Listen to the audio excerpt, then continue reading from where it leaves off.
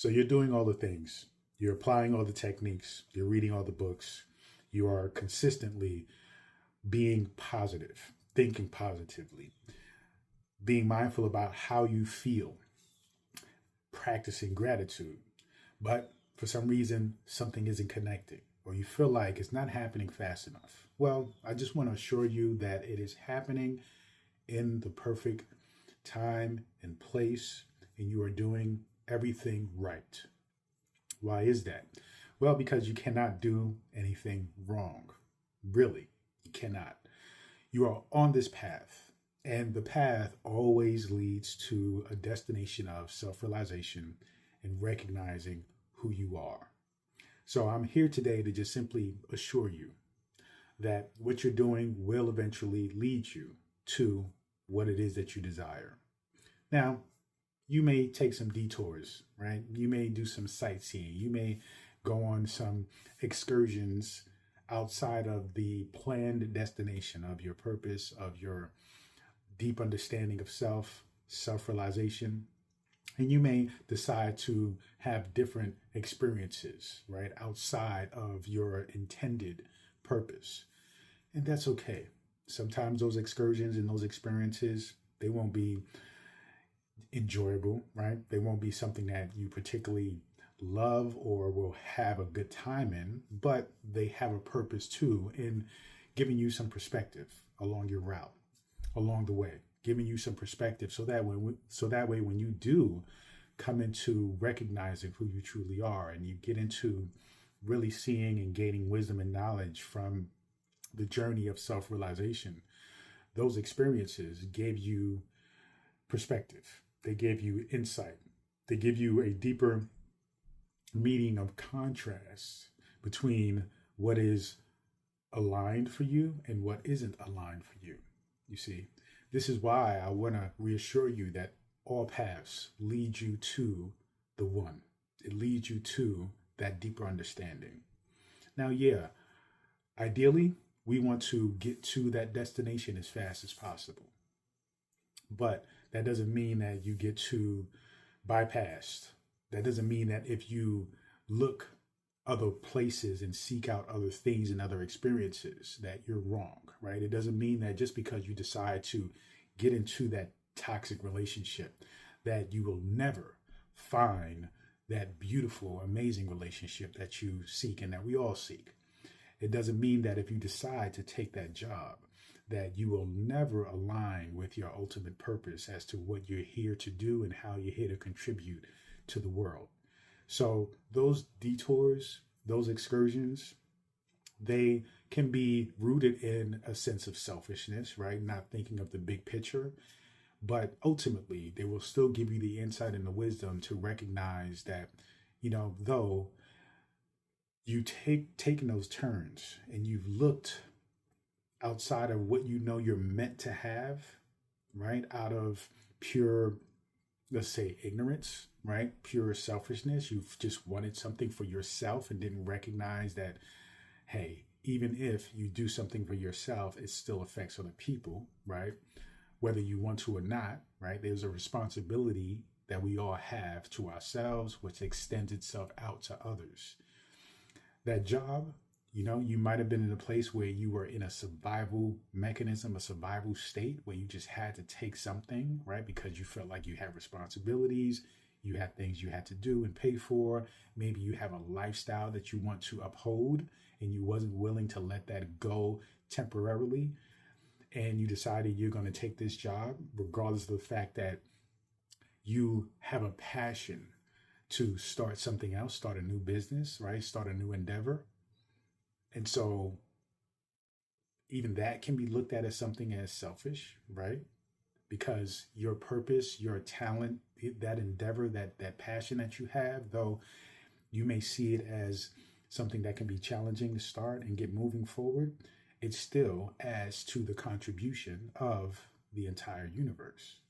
And so many times when we think of, I need this job because I need to pay my bills, we can recognize that there is a selfishness that's there, right? That's taking over, that we're being led by.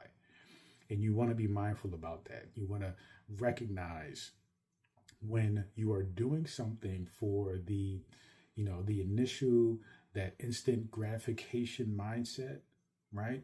Versus doing something because you know you're meant to do it.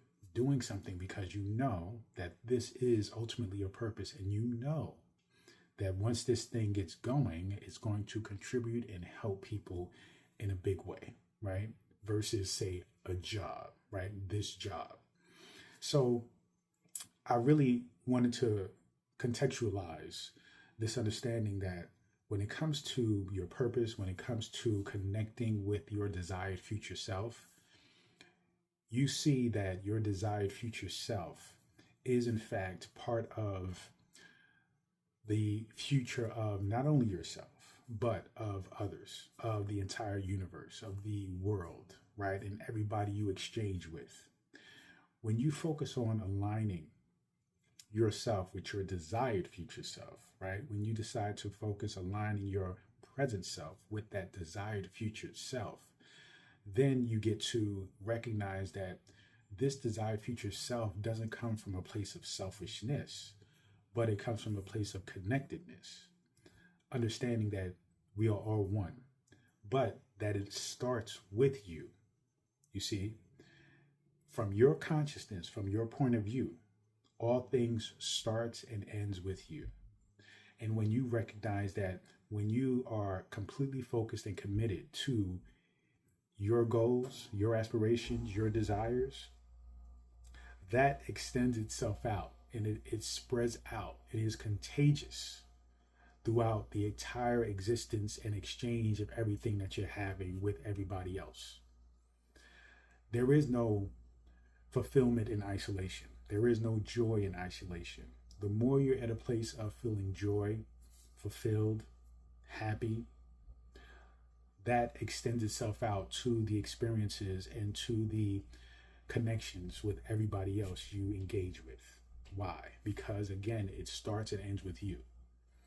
So you have to take full responsibility over the reality that you are essentially creating.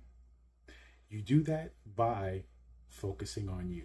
You do that by focusing on the true you, not the egotistical you, right? The egotistical you is driven by fear. It's driven by this idea of, you know what, I need to pay bills, so I need to take this job, even though I have a potential opportunity to build something way greater than a job. I'm going to be in this relationship, though I am not happy, I am not fulfilled, because I need help with finances, right? Or I need help with the children, right? Or simply, I just don't want to be alone. Whereas that is taking away from, momentarily, your understanding that there is something greater to be experienced in a relationship or in a career or in business, right? Those are just two examples of helping you to understand the contrast and the differences between being selfish from an ego standpoint and selfish from a spiritual consciousness standpoint, right? Because both can be considered selfish, but one is selfish in a way that identifies with you as separate from everything else, right? Where it is ego-centered. Whereas consciousness and that kind of selfishness extends itself out to oneness, right? It is coming from the standpoint of, I am connected with everything. So anything that I do for myself, I essentially do for all things, because I and all things are connected. We are one. So your job is to identify, right, which kind of selfishness you want to be. Do you want to be one that is being led by the ego and you are separating yourself from everything else? Or do you want to be one that's led by consciousness and recognizing that when you take care of yourself, you are taking care of the universe, because you don't see there being a separation between you and the universe. You take care of yourself as a representation of the universe. You know, I mention all the time that you are the individualized expression of that which we call God. So That being said, when you take care of yourself, you are essentially taking care of God. And you need to look at yourself in that way. I'm not saying, again, to look at yourself as God from an egotistical standpoint, like you are above all things and above all people. Absolutely not. What I'm talking about is recognizing that divinity within you as being one with everything else, and the divinity within everything else. And I mean every single thing, every single person. Whereas you identify that stranger as an individual expression of God.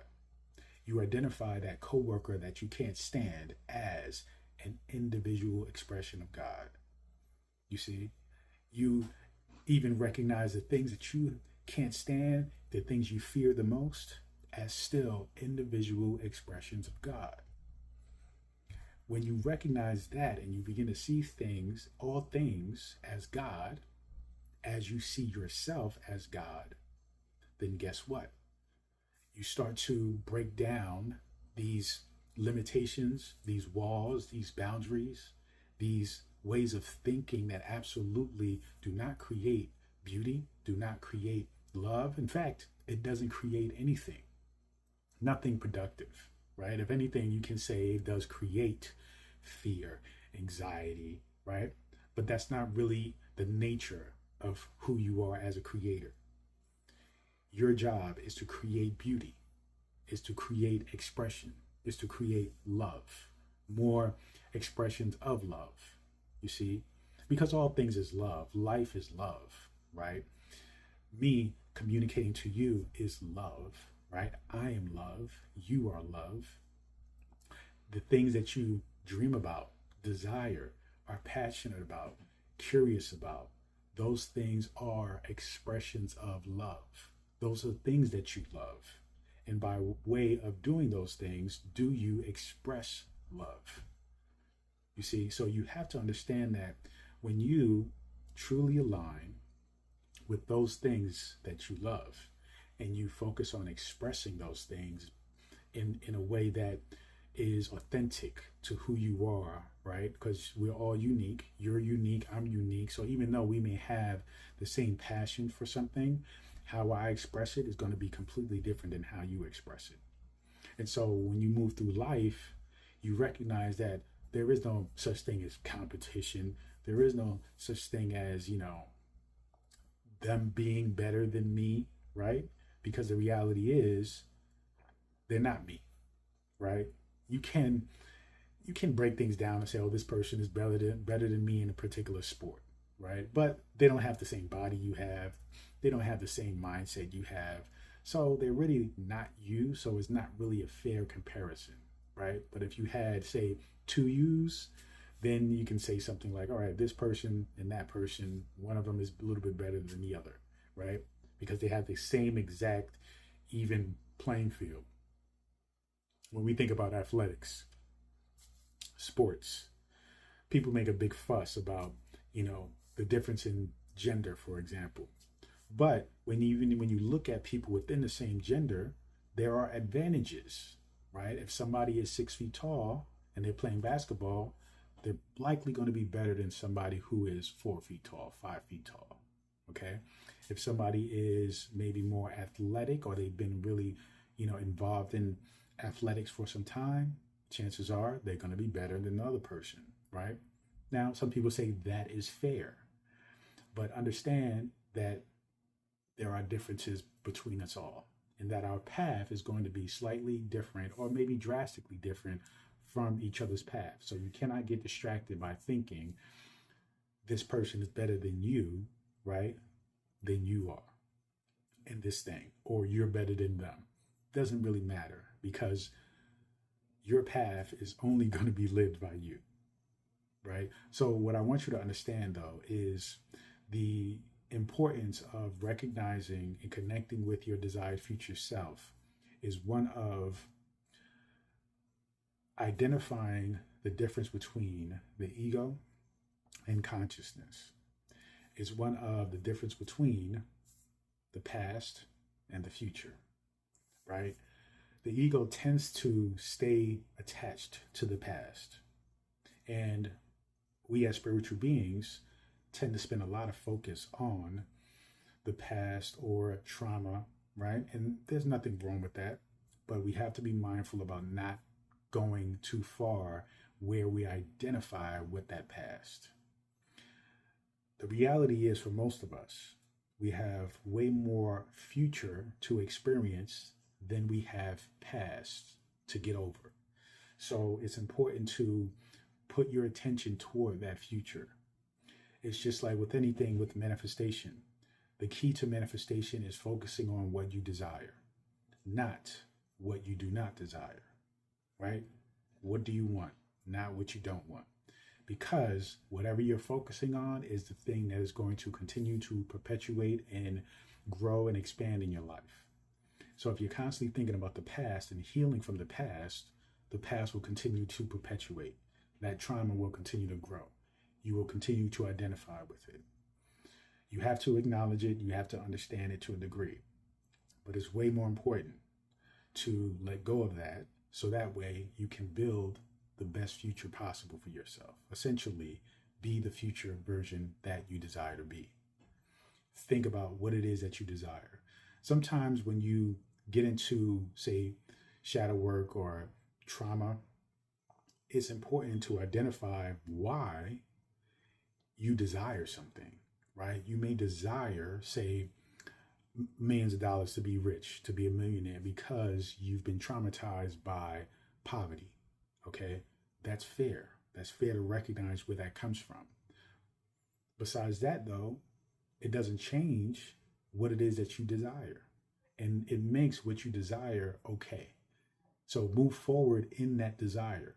Keep moving forward and creating that, because it is only with the moving forward of creating that are you going to materialize it. If you keep staying stuck in the past, again, identifying with the trauma of poverty, you will continue to create poverty, because that's where your frequency is. That's where the mindset is. But if you are then letting go of that, you identify where it comes from. Okay, great. Now you can move forward with a deeper understanding as to why you wish to be a millionaire and why that is important for you, why that is your desired future self reality. And then all of the time needs to be focused toward that future self and materializing that. So you have to be able to put things into context, but always focus on what you desire. Do not identify with the pain, okay?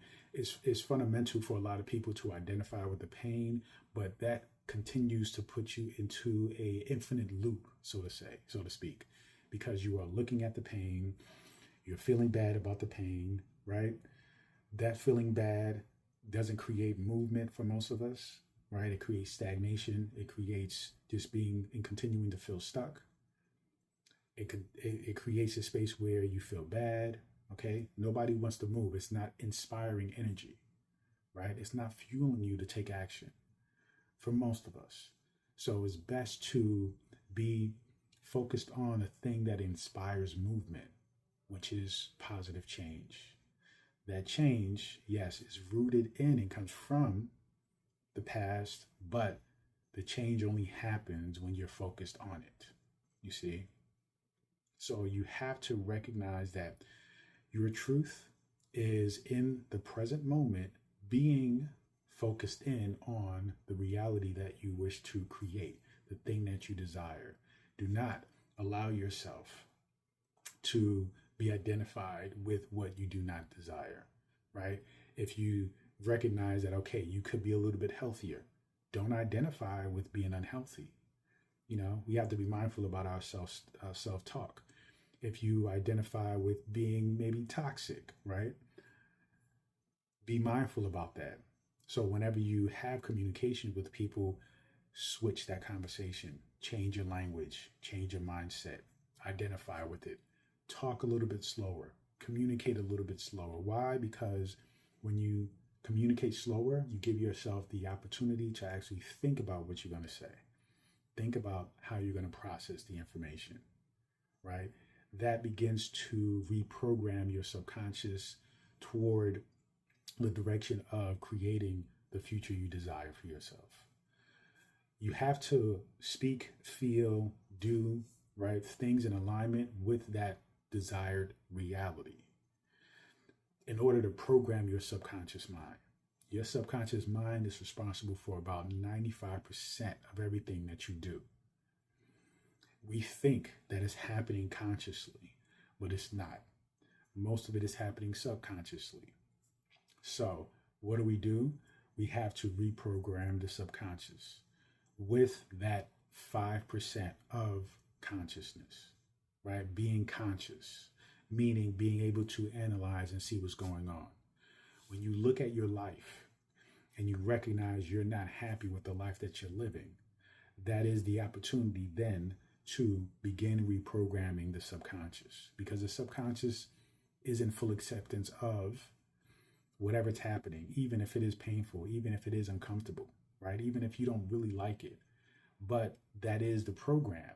That is the reality that is set. That is your quote unquote factory default. Now, when you look at things from a conscious point of view and you analyze your life and you look at your life and you say, I don't like this, you have to implement the program into your subconscious to change that factory default setting. You have to begin to shift it. Continue to do what you were doing when I mentioned in the beginning of this. Read as many books as you can, right? Visualize yourself living that future self. Do all the practices, do all the rituals. Yes, those things were never wrong. But what I want you to understand is having faith in what you're doing, in yourself, is the key element. When you feel like, well, things are not connecting, you have to continue to move forward. Recognize that success is the only option here, because it is.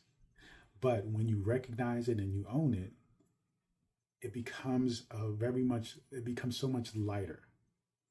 Life becomes so much lighter. The things, the burdens, the responsibilities, all those things that you may have to deal with and face, they become lighter. They don't become as serious. They still get dealt with, right? You still handle your responsibilities, but you recognize that you're not going to lose here. You just continue to move forward, relaxed. And that makes all the difference, because people tend to materialize and manifest things when they are just completely relaxed, when they are chill, when they're not attached, when they're not desperate. So you must get into the state of mind of faith in oneself, trusting yourself, recognizing that you cannot lose. You are built, you are made to succeed. You are here to simply have an experience called you living the life that you desire. It's that simple.